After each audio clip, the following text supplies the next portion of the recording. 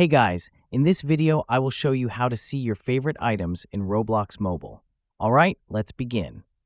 First, open the Roblox app on your mobile device and log into Roblox. Once done, you will be redirected to the home page of your account. Now, tap on the More icon at bottom right corner and a new page will appear. Next, tap on the Profile tile at the top and your profile page will appear. Simply, scroll down a little bit and tap on this button to see the complete page. Here, scroll down towards the bottom and your Favorites tab will be displayed. To see the complete list, tap on the Favorites embed at the right side. This will display all the locations you favorited in Roblox.